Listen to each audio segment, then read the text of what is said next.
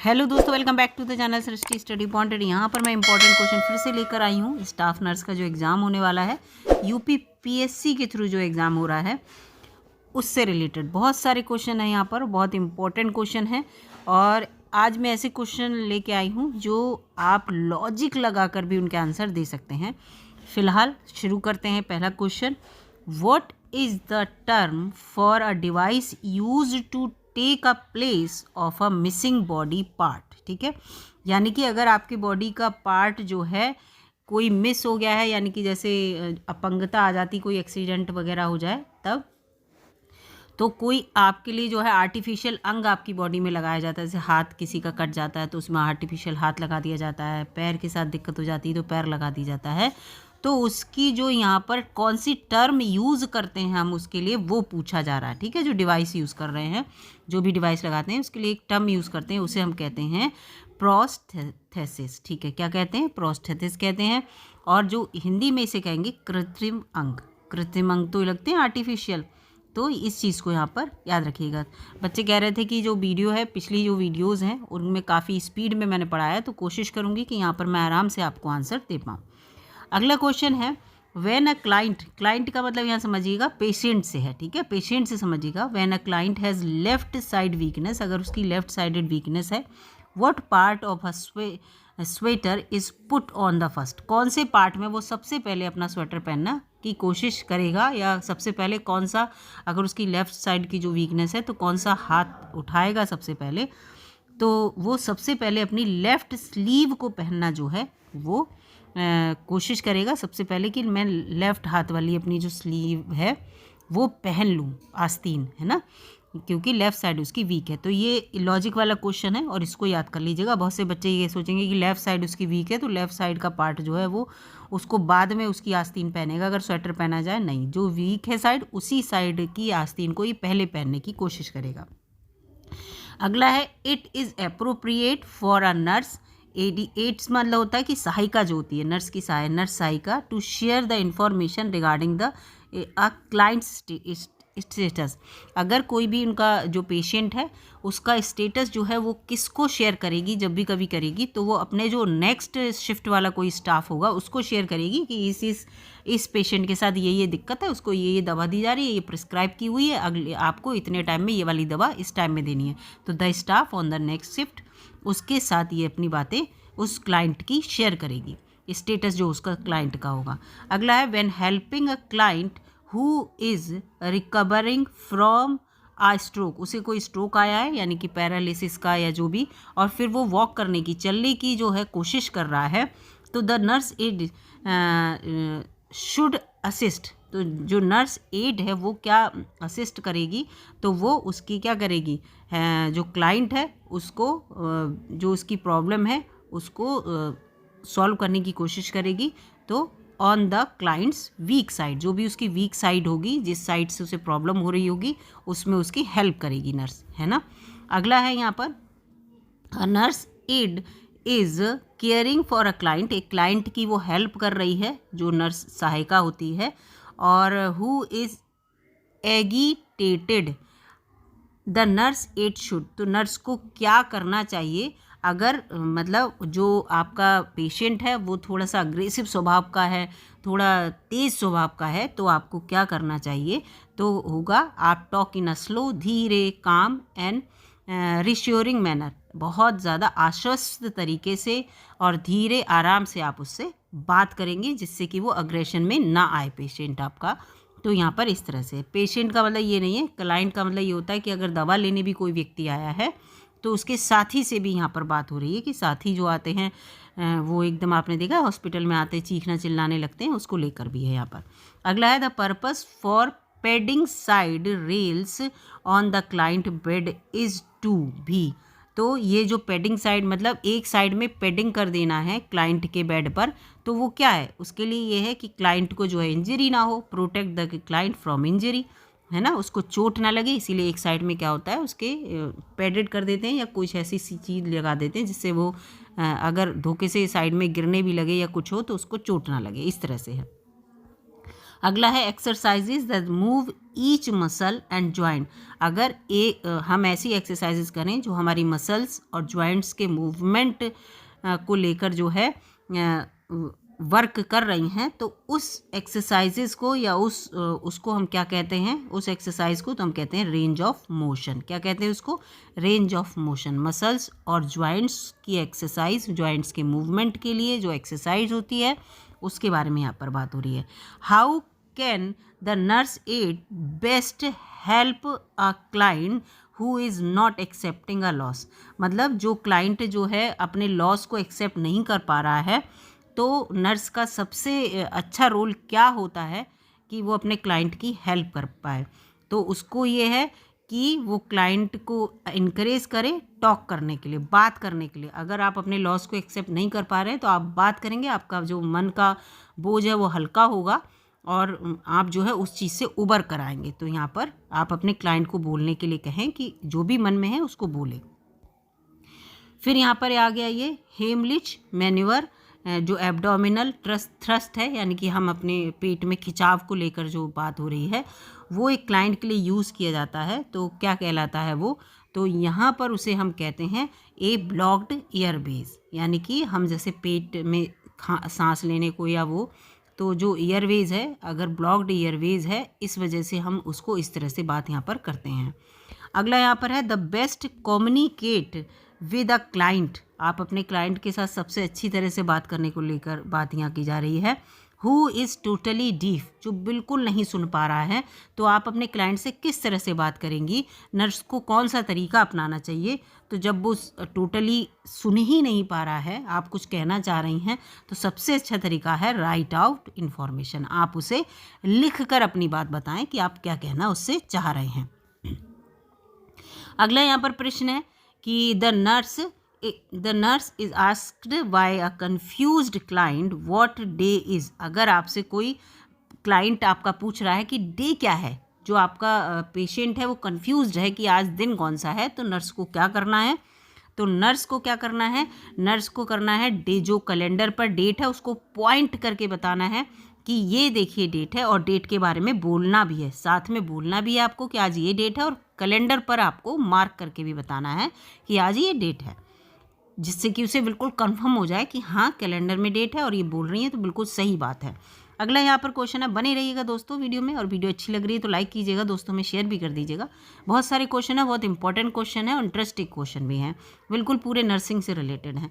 To avoid pulling the catheter when turning a men client, मतलब जब उसकी cath लगी होती है, कोई मेल है क्लाइंट और जब वो टर्न करना चाह रहा है, करवट लेना चाह रहा है, तो वो जो कैथ है वो खिंचे ना। कैथेटर जो होता है मतलब जो पाइप जाता है जब वो किसी के वो जब किसी के जैसे बॉटल वगैरह चढ़ाते हैं आप लोग, और उसके साथ साथ ड्रिप वगैरह चलती है, उसको कहते हैं। तो क्या ऐसा तरीका हो कि जो कैथेटर है वो खिंचे ना? तो सबसे अच्छा तरीका है कि आप अपर थाई में जो है मेल जो आपका क्लाइंट है उसके अगर लगा देंगे उसको, तो वो नहीं खिंचेगी। तो यहाँ पर इस तरह से बताया गया है।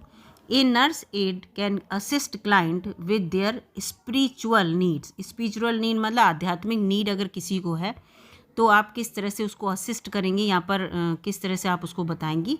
तो आप क्या करेंगी कि उसकी जो स्पिरिचुअल बिलीव्स हैं उसकी टॉकिंग अबाउट द नर्स, यहाँ पर ये पूरा है नहीं, यहाँ पर ये है इसका B answer, allowing client to talk about their beliefs. उसके जो विश्वास हैं, जो उसने अपना विश्वास बना रखा है जिसमें, तो आप अपने क्लाइंट से उससे कहें कि आप अपने जो भी आध्यात्मिक जो भी आपके मन में विचार हैं उनके बारे में बात करें।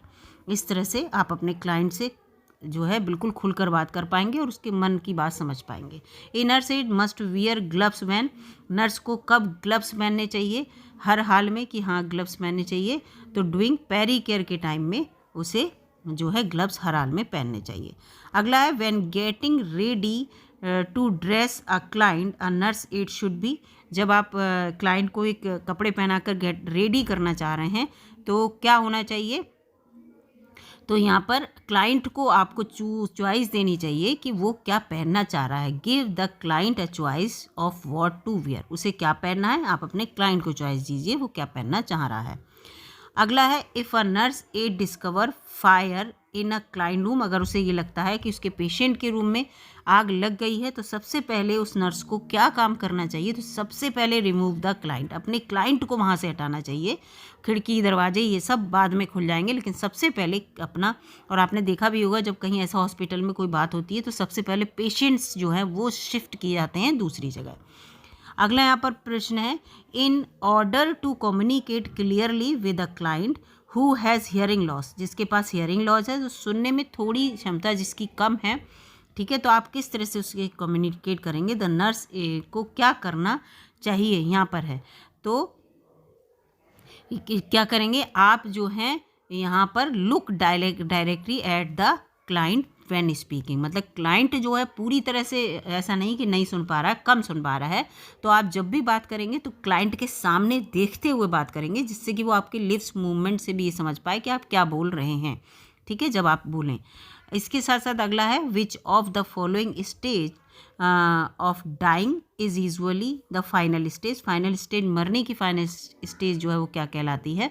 तो एक्सेप्टेंस, है ना, स्वीकृति, कि आप उस चीज़ को स्वीकार कर रहे हैं, ये मरने की आखिरी स्टेज में होती है।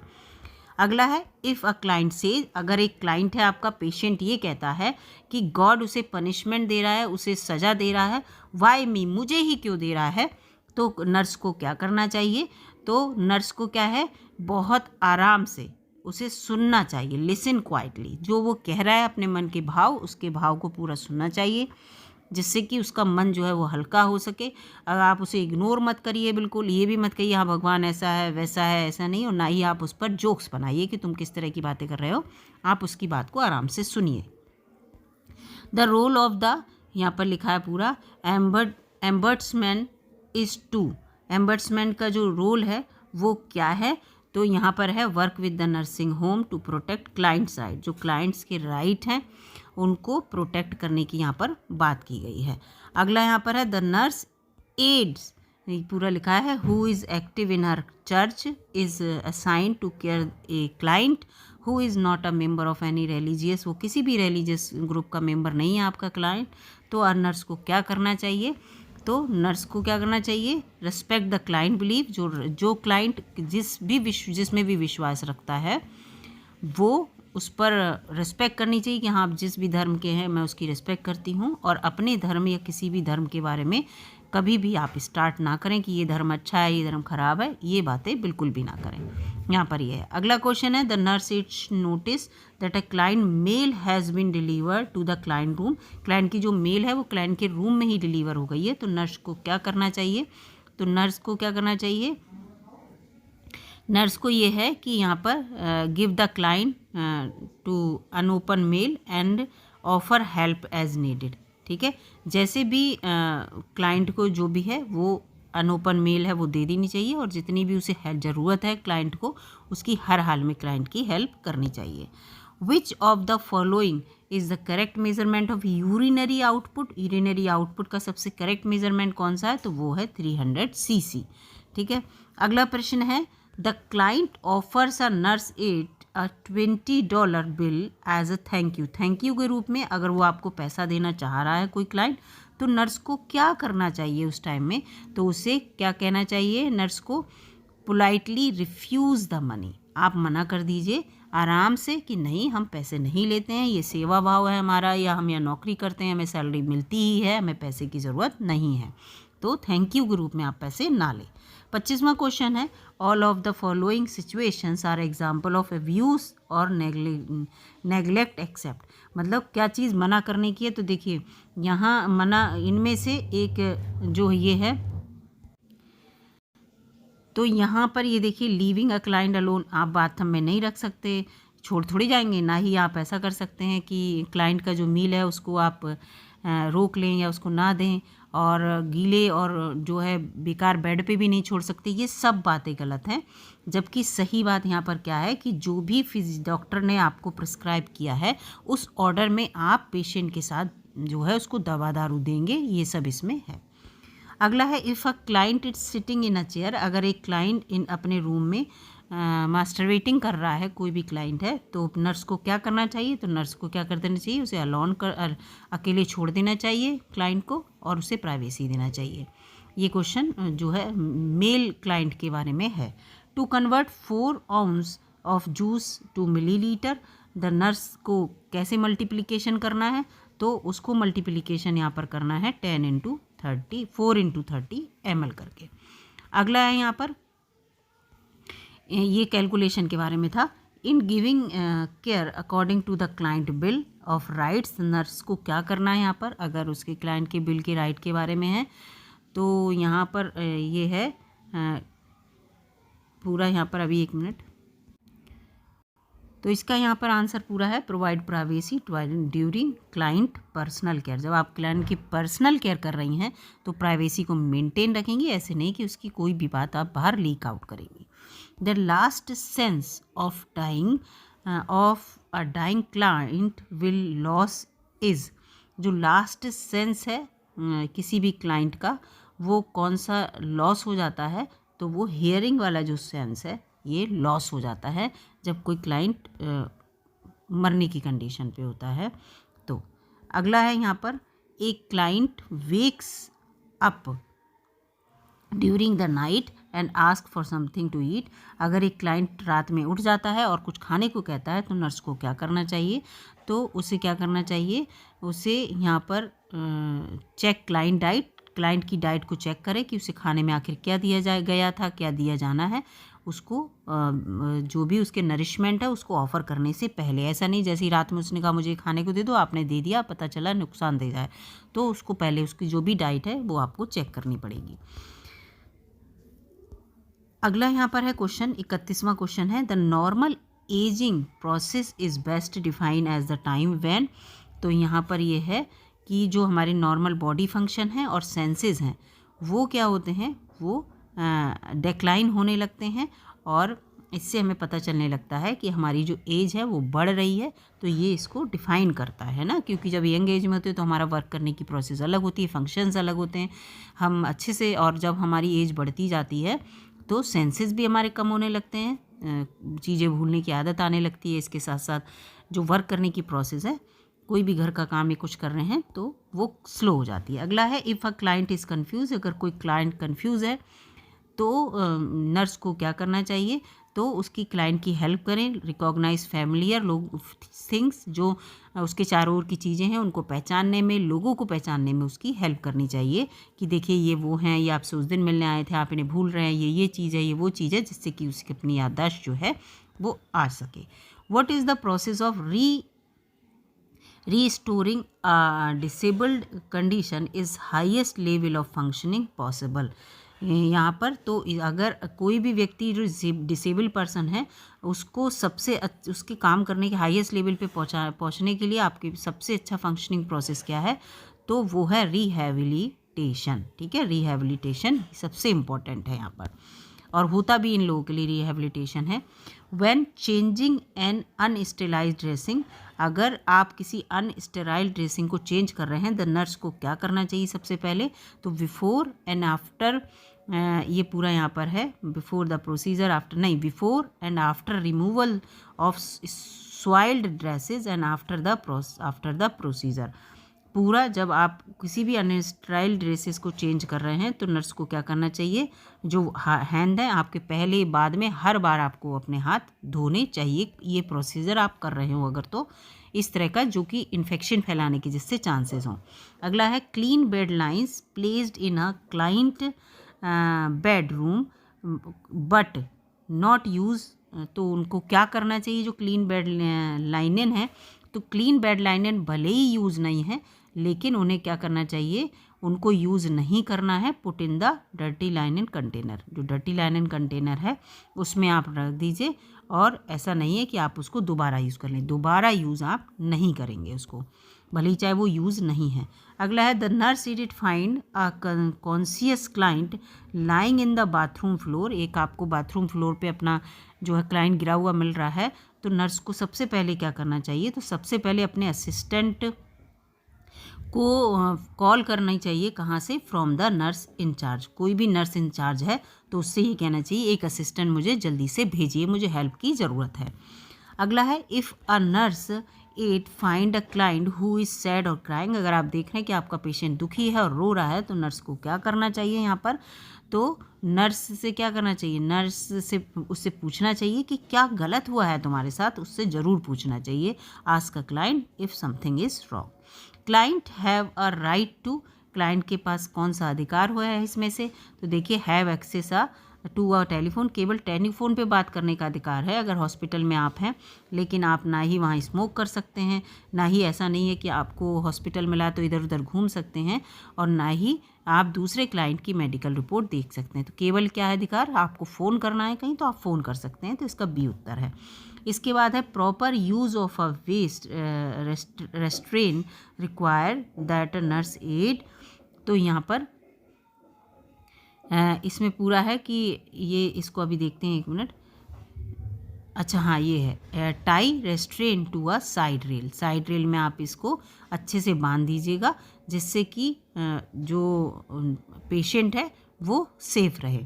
अगला है to prevent the spread of infection. इस इन्फेक्शन के फैलाव को बचाने के लिए how should the nurse aide handle the soil linen remove from the client bed. Client bed से कैसे उसे हटाना चाहिए लाइनिन को, अगर इन्फेक्शन को आपको जो है नहीं, इन्फेक्शन एक जगह से दूसरी जगह ना जाए, इसको लेकर यहाँ पर बात की जा रही है। तो क्या है डर्टी लाइन, क्या है कैरी दैम क्लोज द, नहीं ये है, ये पूरा यहाँ पर लिखा है put them in a dirty linen container. अगला है यहाँ पर a client needed to be क्या repositioned but is heavy and nurse aide is not sure that she can move.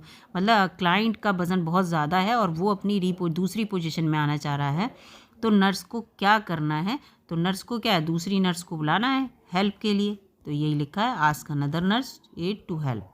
फिर अगला क्वेश्चन है टू प्रिवेंट डिहाइड्रेशन। अगर कोई क्लाइंट है डिहाइड्रेशन हो गया है, उसको पानी की बहुत कमी हो गई है, तो नर्स को क्या करना है? तो नर्स को क्या करना है?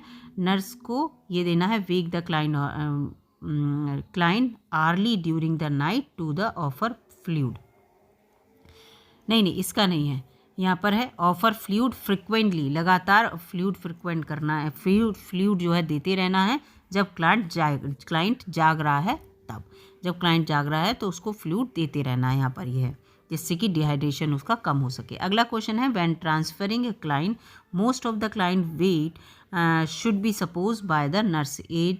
तो यहाँ पर क्या है, जब हम क्लाइंट को एक जगह से दूसरी जगह ट्रांसफ़र करते हैं, पेशेंट को उसे ले जाते हैं, तो सबसे ज़्यादा वजन क्लाइंट का कहाँ पे होना चाहिए? तो उसके पैरों पे होना चाहिए।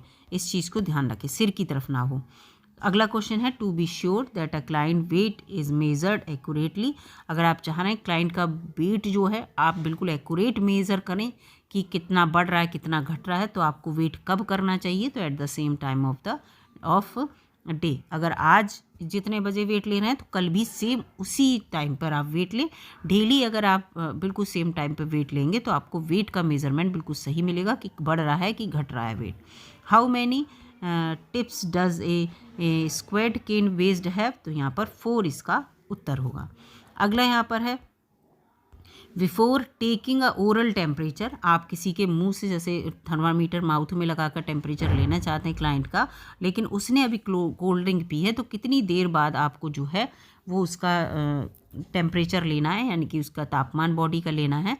तो कम से कम आपको यहाँ पे 10 से 20 मिनट वेट करना होगा, उसके बाद ही आप ओरल टेम्परेचर उसका नोट कर सकती हैं, मतलब उसका मेज़र कर सकती हैं। अगला है यहाँ पर which of the following method is correct way to remove a dirty isolation gown. अगर किसी के पास ऐसा कोई व्यक्ति जो आपका क्लाइंट है गंदा गाउन पहना हुआ है, तो किस तरह से आप निकालेंगे उस गाउन को? तो क्या करेंगे, रोल इट डर्टी साइड को घुमाते रहेंगे और उसकी बॉडी से निकाल देंगे। डर्टी साइड जो घूम घूम के अंदर की तरफ आ जाएगी और सही से उसकी बॉडी में वो गंदगी नहीं लगेगी। what would be the best way for the nurse aide to promote client independent in bathing a client who has a stroke। अगर क्लाइंट इसमें जो है स्ट्रोक आया है और वो बाथिंग के लिए इंडिपेंडेंट, तो कैसे करेंगे? तो यहाँ पर क्या है, ये है यहाँ पर ये पूरा लिखा है ये encourage the client to do the as much as possible and assist as needed, मतलब क्लाइंट को एनकरेज करेंगे कि आप अच्छे से नहाइए, अगर आपको ज़रूरत है तो मैं आपकी हेल्प करूँगी, ठीक है। इसके बाद है ये, इसके बाद यहाँ पर प्रमोट करना है ना आपको क्लाइंट के लिए बात करने के लिए। A safety device used to assist our dependent client from a bed to a chair, अगर आप बेड से चेयर पर आप क्लाइंट को पहुंचाना चाह रहे हैं तो सबसे अच्छा क्या है, तो सबसे अच्छा ट्रांसफ़र या गेट बेल्ट आप लगाएंगे तो वो अच्छे से बेड से चेयर पर आके आराम से बैठ जाएगा। अगला क्वेश्चन है, if a nurse aide need to wear gown, अगर नर्स को एक गाउन वेयर करने की ज़रूरत है एक क्लाइंट के केयर के लिए, तो नर्स को क्या करना चाहिए, तो गाउन तो पहनना चाहिए, सही है, लेकिन take the gown off before leaving the client room, client के रूम से निकलने से पहले अपने गाउन को निकाल दें और सेम जो ड्रेस अपनी पहने हैं वो ड्रेस पहन लें, तो पहने रहें, उसके ऊपर से गाउन पहन लें, तो इससे ये होगा कि जब आप बाहर आएंगे तो जो नर्स की आपकी ड्रेस है वही रहेगी। तो इस चीज़ को ध्यान रखना, ऐसा नहीं कि गाउन पहन के आप सब में घूम रहे हैं। तो और इन आइसोलेशन का मतलब आप समझ जाइए कि इन आइसोलेशन क्या है, इसका मतलब उस क्लाइंट में जो है इन्फेक्शन दूसरों को फैलाने की बहुत वो है, तो अगर वो गाउन आप पहने हैं तो उस गाउन को निकाल कर ही बाहर आएँ जिससे कि इन्फेक्शन भी बाहर ना फैले। बहुत सारे यहाँ पर रीज़न है इसके, ठीक है। तो यहाँ पर मैंने आपको